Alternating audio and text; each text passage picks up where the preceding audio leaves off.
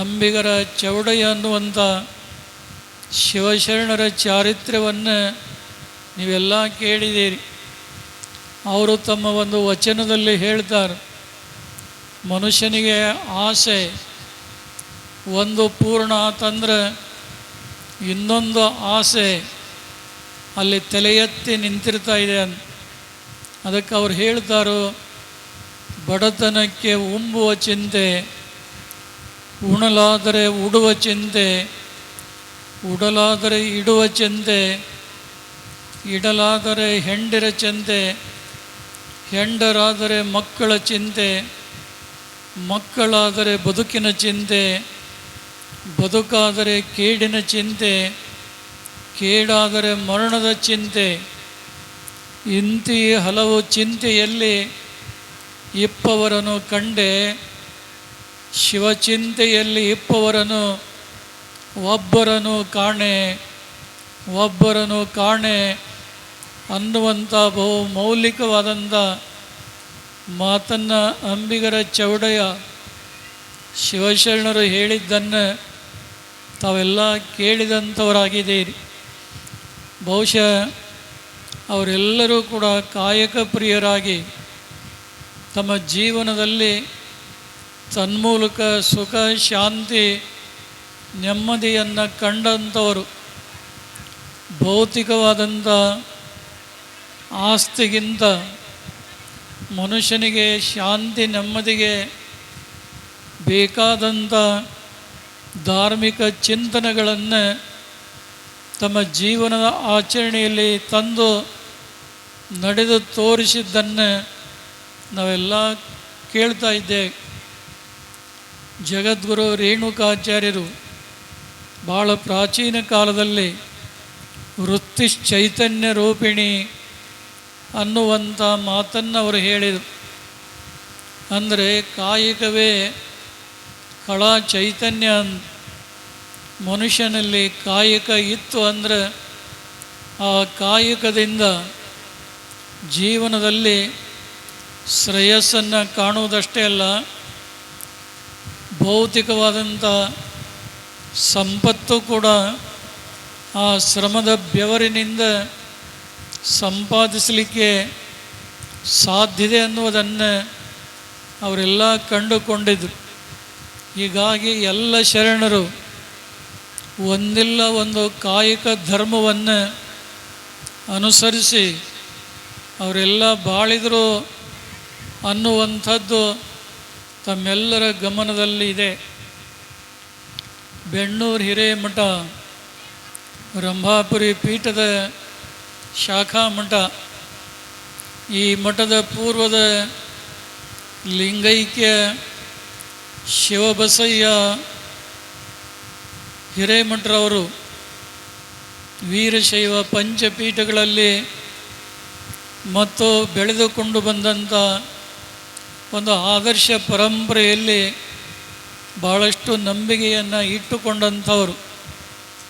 ಅವರ ಒಡಲ ಕುಡಿಯಾಗಿ ಹುಟ್ಟಿದಂಥವರು ಶ್ರೀ ವೇದಮೂರ್ತಿ ಸಿದ್ದರಾಮಯ್ಯನವರು.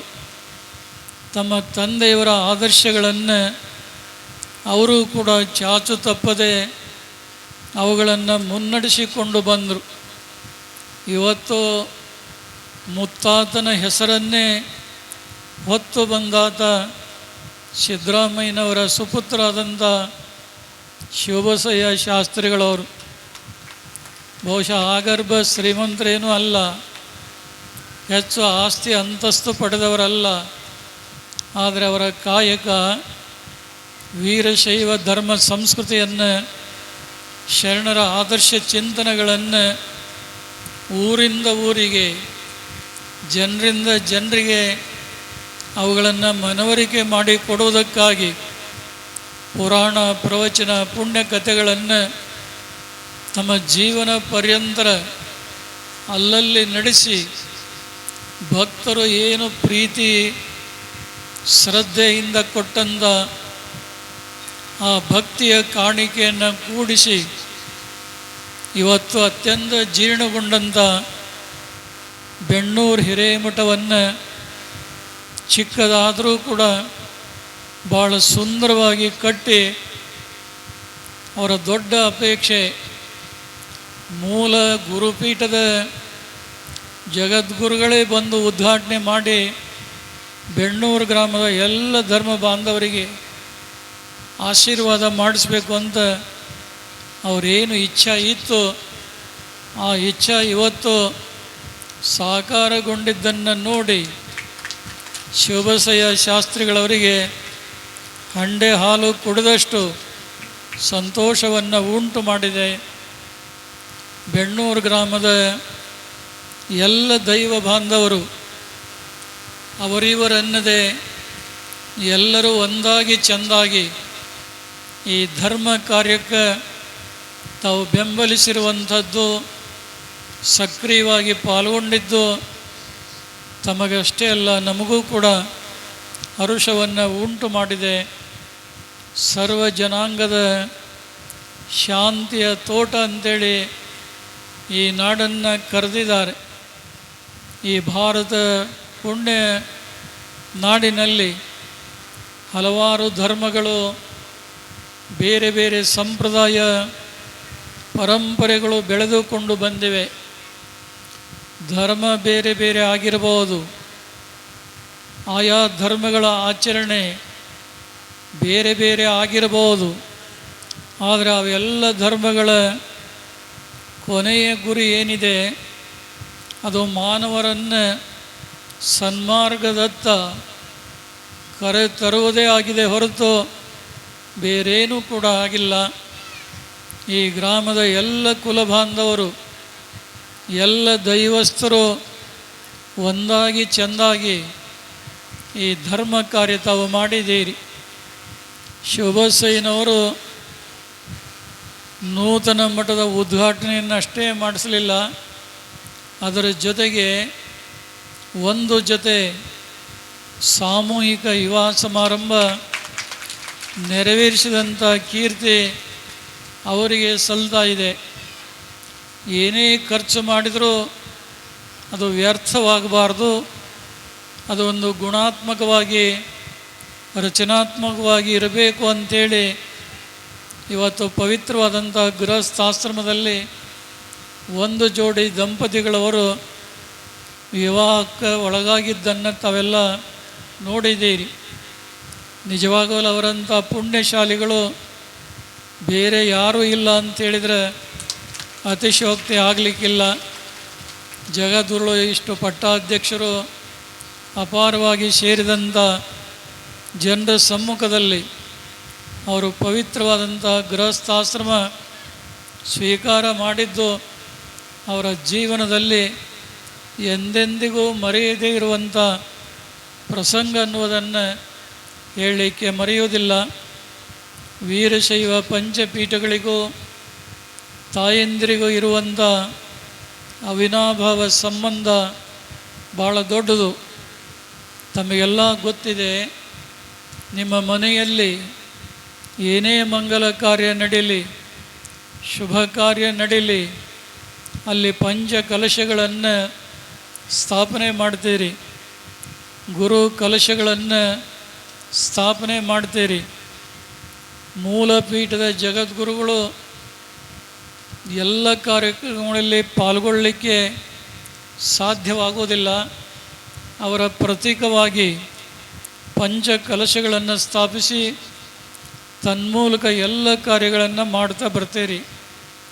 ಆದರೆ ಇವತ್ತು ಪಂಚ ಕಲಶಗಳಲ್ಲಿ ಒಂದಾಗಿರುವಂಥ ರಂಭಾಪುರಿ ಜಗದ್ಗುರುಗಳು ಸ್ವತಃ ಆಗಮಿಸಿ ನೂತನ ದಂಪತಿಗಳಿಗವರಿಗೆ ಇಲ್ಲಿ ಸೇರಿದಂಥ ಭಕ್ತ ಸಮುದಾಯಕ್ಕೆ ಒಂದು ಆಶೀರ್ವಾದ ದೊರಕ್ತಾ ಇರುವಂಥದ್ದು ತಮ್ಮೆಲ್ಲರ ಪೂರ್ವಾರ್ಜಿತದ ಪುಣ್ಯದ ಫಲ ಅಂತ ಹೇಳಿದರೆ ತಪ್ಪಾಗಲಾರ್ದು.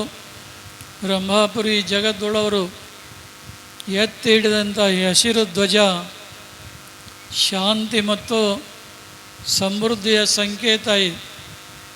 ಭೂಮಿ ತಾಯಿ ಯಾವಾಗಲೂ ಹಸಿರಾಗಿರಬೇಕು, ಜನರಿಗೆ ಅನ್ನ ಕೊಡುವಂಥ ರೈತ ಯಾವಾಗಲೂ ಸಂತೋಷದಿಂದ ಸುಖದಿಂದ ತೃಪ್ತಿಯಿಂದ ಬಾಳಬೇಕು ಅಂಥೇಳಿ ಹಸಿರು ಧ್ವಜವನ್ನು ಎತ್ತಿ ಯಾವಾಗಲೂ ಮೆರೆಸಿದ್ದಾರೆ. ಇವತ್ತು ಅಂಥ ಹಸಿರು ಹೆಣ್ಣು ಮಕ್ಕಳ ಕೈಯಲ್ಲಿ ಹಸಿರು ಬಳೆಯಾಗಿ ಶೋಭಿಸ್ತಾ ಇದೆ.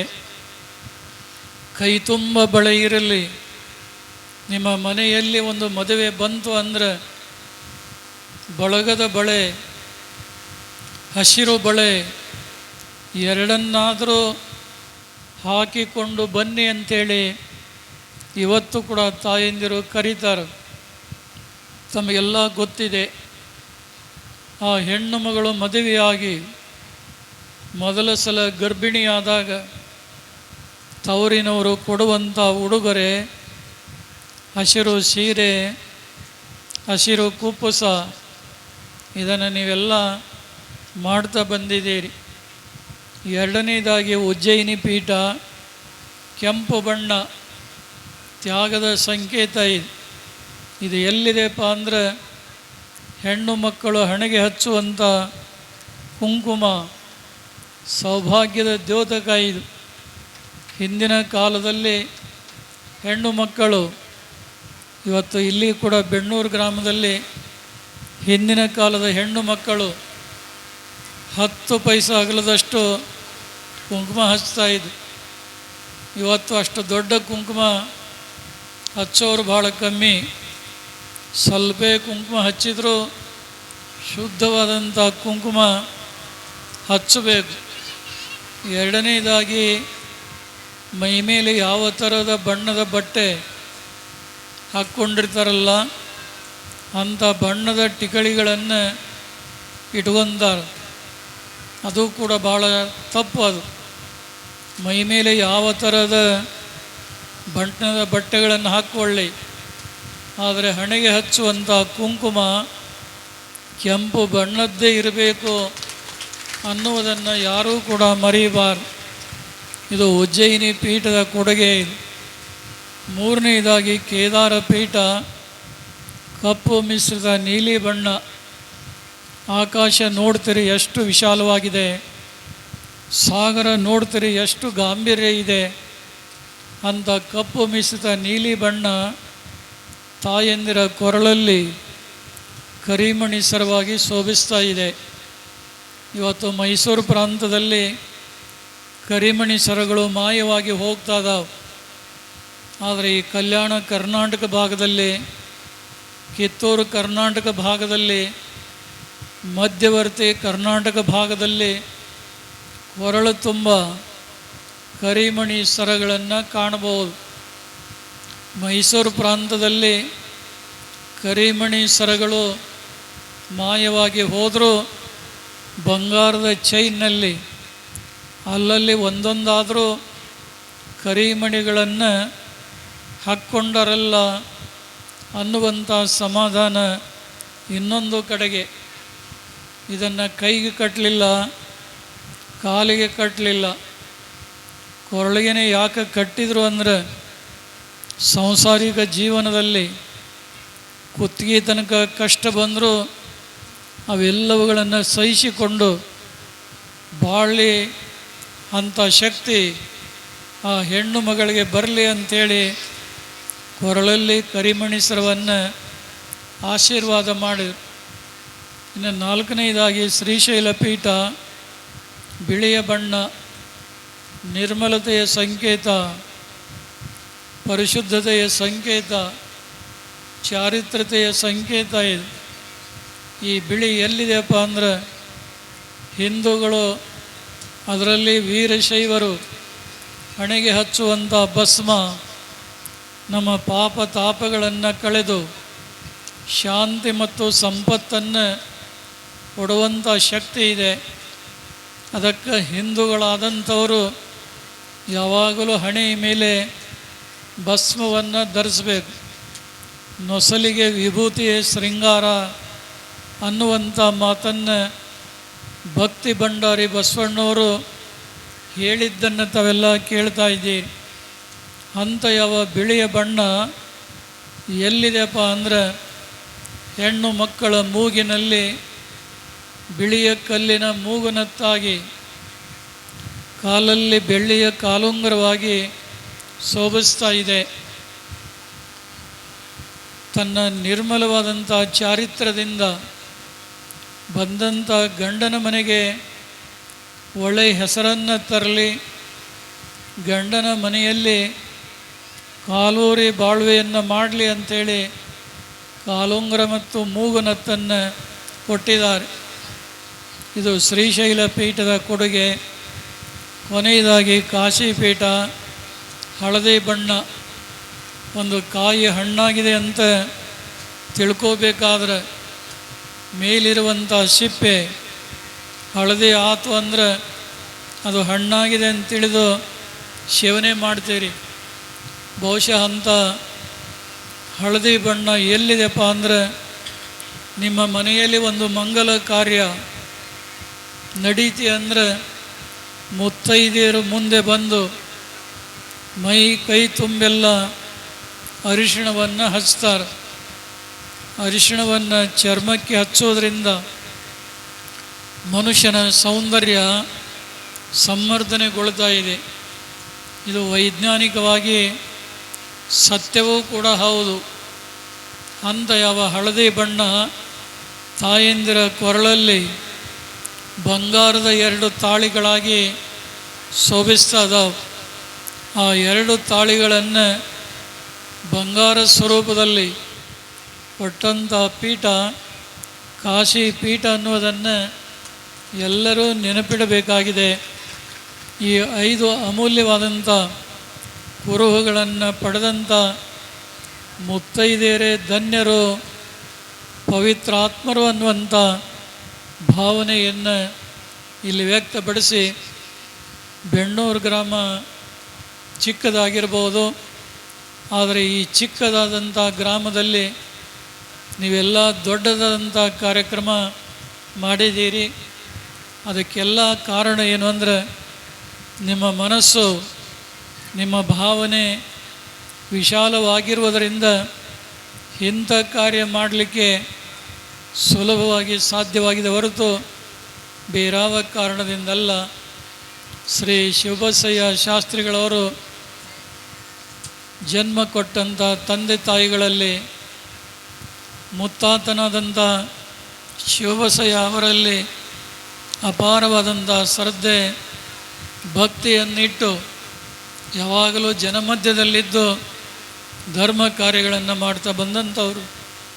ಅವರಿಂದ ಈ ನಾಡಿಗೆ ಮತ್ತು ಈ ಭಾಗದ ಎಲ್ಲ ಭಕ್ತರಿಗೆ ಇನ್ನಷ್ಟು ಮತ್ತಷ್ಟು ಒಂದು ಒಳ್ಳೆಯ ಮಾರ್ಗದರ್ಶನ, ಉತ್ತಮವಾದಂಥ ಸಂಸ್ಕಾರ ಕೊಡುವಂಥ ಕಾರ್ಯಗಳು ಅವರಿಂದ ನಡೆಯಲಿ. ಅವರಿಗೆ ಎಲ್ಲ ರೀತಿಯಾದಂಥ ಶುಭಾಕಾಂಕ್ಷೆಯನ್ನು ಭಗವಂತ ಅನುಗ್ರಹವನ್ನು ಮಾಡಲಿ ಅಂಥೇಳಿ ಈ ಸಂದರ್ಭದಲ್ಲಿ ಶ್ರೀ ಸಿದ್ದರಾಮಯ್ಯ ಅವರ ತಂದೆಯವರಿಗೂ ಶಿವಬಸಯ್ಯ ಮತ್ತು ಅವರ ಸಹೋದರರಿಗೂ ಕೂಡ ರಂಭಾಪುರಿ ಪೀಠದಿಂದ ಒಂದು ಗುರುರಕ್ಷೆ ಇತ್ತು. ಶುಭವನ್ನು ಈ ಸಂದರ್ಭದಲ್ಲಿ ಹಾರೈಸ್ತಾ ಇದ್ದೇವೆ. ಅವರೆಲ್ಲರ ಕರೆಗೆ ಓಗೊಟ್ಟು ತಾವೆಲ್ಲ ಬಿಡುವು ಮಾಡಿಕೊಂಡು ಅನೇಕ ಗಣ್ಯರು, ಎಲ್ಲ ಧರ್ಮಾಭಿಮಾನಿಗಳು ಪಾಲ್ಗೊಂಡಿರುವಂಥದ್ದು ಹೆಮ್ಮೆ ಮತ್ತು ಸಂತೋಷದ ಸಂಗತಿ ಅನ್ನುವುದನ್ನು ಪ್ರಸ್ತಾಪಿಸಿ, ಈ ಸಮಾರಂಭದಲ್ಲಿ ಪಾಲ್ಗೊಂಡಂಥ ತಮ್ಮೆಲ್ಲರಿಗೆ, ಪವಿತ್ರವಾದಂಥ ಗೃಹಸ್ಥಾಶ್ರಮ ಸ್ವೀಕಾರ ಮಾಡಿದಂಥ ನವದಂಪತಿಗಳಿಗೆ ಮತ್ತು ವೇದಿಕೆಯ ಮೇಲಿರುವಂಥ ಎಲ್ಲ ಗಣ್ಯಮಾನ್ಯರಿಗೆ, ಪರಮದಯಾಳು ಪಾರ್ವತಿ ಪರಮೇಶ್ವರರು, ಜಗದಾದಿ ಜಗದ್ಗುರು ರೇಣುಕಾದಿ ಪಂಚಾಚಾರ್ಯರು, ಕ್ಷೇತ್ರನಾದ ವೀರಭದ್ರ ಸ್ವಾಮಿ ತಮಗೆಲ್ಲ ಆಯುಷ್ಯ, ಆರೋಗ್ಯ, ಭಾಗ್ಯ, ಸುಖ ಸಂಪದಗಳನ್ನು ಕೊಡಲಿ ಅಂತೇಳಿ ಹಾರೈಸಿ ಈ ಸಂದೇಶಕ್ಕೆ ವಿರಾಮ ಕೊಡ್ತಾಯಿದ್ದೇವೆ. ಶಿವಂಭೂಯ. ಇಲ್ಲಿಯ ತನಕ ನಮ್ಮೆಲ್ಲರಿಗೆ ಆಶೀರ್ವಚನವನ್ನು ದಯಪಾಲಿಸಿರ್ತಕ್ಕಂತಹ ರಂಭಾಪುರಿ ಜಗದ್ಗುರುಗಳವರ ಸನ್ನಿಧಿಗೆ ತಮ್ಮೆಲ್ಲರ ಪರವಾಗಿ ಜೋರಾದ